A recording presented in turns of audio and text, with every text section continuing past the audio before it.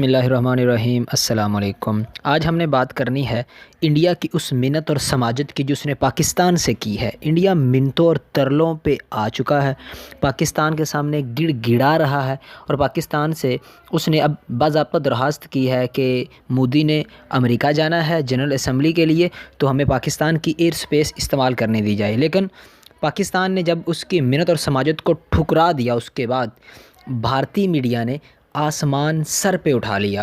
سب سے پہلے یہ بھارتی میڈیا سنے، اس کے بعد بات کرتے ہیں۔ پاکستان کا ایک بار پھر سے ایک ایسا چہرہ سامنے آیا ہے جس نے کئی سوالوں کو جنم دے دیا ہے۔ پی ایم مودی کے ومان کے لیے ایئر اسپیس پاکستان نہیں دے گا۔ آپ کو بتا دیں، بھارت کی اور سے چٹھی لکھ کر اوپچارک اس کے لیے کہا گیا تھا، لیکن 21 سے 27 ستمبر کے دوران پردھان منتری نریندر مودی امریکہ یاترا کے لیے جانے والے ہیں۔ بھارت نے پاکستان سے ایئر اسپیس کے استعمال کی اجازت مانگی تھی، لیکن اب پاکستان نے اس کے لیے منع کر دیا ہے۔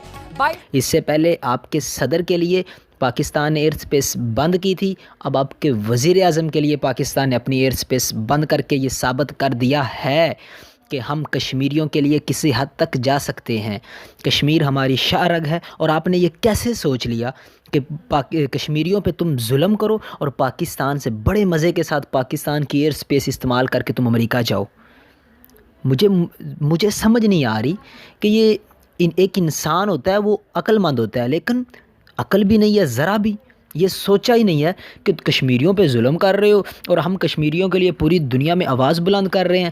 ہم کشمیریوں کے لیے ہر حد تک جانے کے لیے تیار ہیں۔ ہم کشمیریوں کے لیے آخری سپاہی، آخری گولی، اپنی جان تک لڑانے کے لیے تیار ہیں، اور تم یہ سوچ رہے تھے کہ شاید یہ سب بھول کے کہہ دیں کہ مودی صاحب گزر جاؤ پاکستان سے۔ کچھ خیال بندہ کر لیتا ہے۔ اگر کشمیر میں ظلم بند نہ ہوا، 370 کو دوبارہ بحال نہ کیا، کشمیر سے کرفیو نہ اٹھایا، تو پھر خان جنرل اسمبلی کے خطاب کے بعد وہ سب قدم اٹھائے گا جو پاکستان کو کشمیر کے لیے اٹھانے چاہیے۔ السلام علیکم۔